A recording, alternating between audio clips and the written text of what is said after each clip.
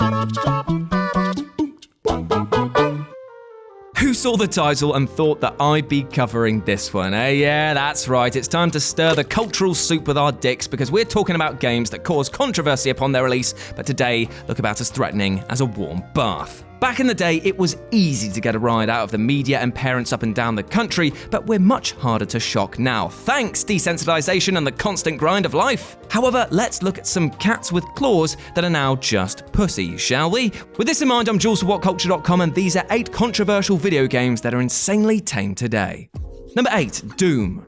When this game dropped in 1993, so did your nan's bollocks, because this was the game not to let little Tommy play. It put violence right up in your face, and the gore, fluid movement, and excessive violence was too much for some people, leading to the game being branded as an acid trip dosed with the devil himself. However, if you look at the game today, it's kind of twee, isn't it? The imps look cuter than they do threatening, and the monotone grunting sounds like a Tim Allen acting reel. It still carries that dark and adult tone, but its chunky MIDI file sound and pixelated mush don't convey the same gory tone. At least not next to the reboot, because oh baby, that's a spicy spine severing. Number 7, Leisure Suit Larry: Land of the Lounge Lizards.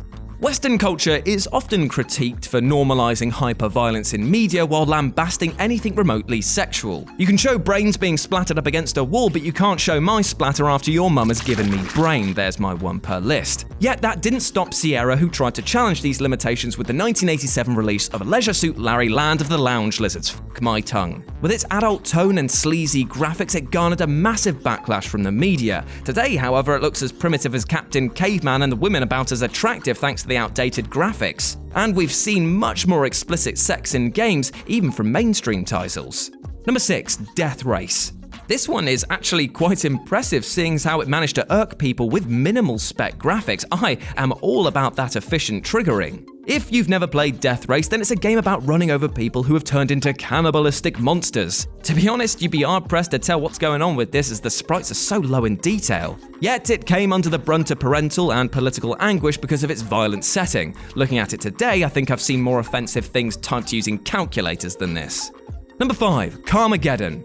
Now this, at least, is a bit more understandable. Drawing on the same themes as Death Race, Carmageddon was violence across the board and showcased new processing powers of high-tech PCs at the time to render out gore and viscera. Thanks to this love of the red stuff, it was heavily censored in multiple countries and outright banned in Brazil thanks to one of its tasks, which was to run over every single civilian on a given track. However, it's only upon its remastering and re-release that you see how truly tongue-in-cheek this game actually was. It's like Starship Troopers. It's taking the piss out of the over-the-top dystopian futures in a way that you can't really take offense to because it's just so out there. You could say that it's in bad taste, but it's not even remotely based in reality for it to carry weight.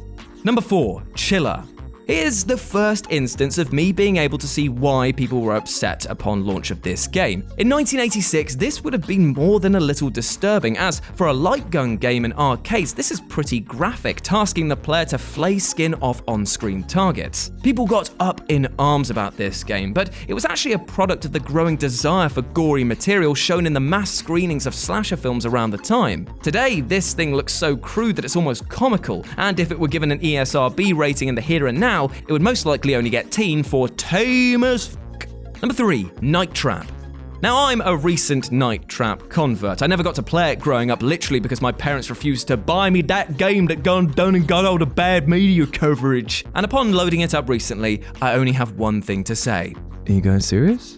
It's a fucking joke. It's about as scary as ordering a pizza online, and while the game was flagged for violence against women, that accusation is so shallow that Super Mario might as well be banned for violence against animals. The argument was that because the scenes use real life action that it carried a sense of authenticity. But the only real thing shown in this game is that these girls can't really sing or dance. White people, am I right? Number 2, Grand Theft Auto 1997. No, not the 3D ones, we're talking about the top-down, super spritey first iteration of this franchise. This caused a massive uproar within the political stratosphere and was blown out of proportion by misinformation and downright lies about the game. However, this didn't hurt DMA one bit, who used this mass attention to shift more units, which then led to GTA 3 and even more controversy. Yes, it's kind of their thing now, isn't it? It's actually quite funny that fingers were pointed at GTA 1, but never at films of similar ilk like The Godfather, Goodfellas, or The Sopranos. And even funnier to think how the parents in 1997 would view the GTA games of today.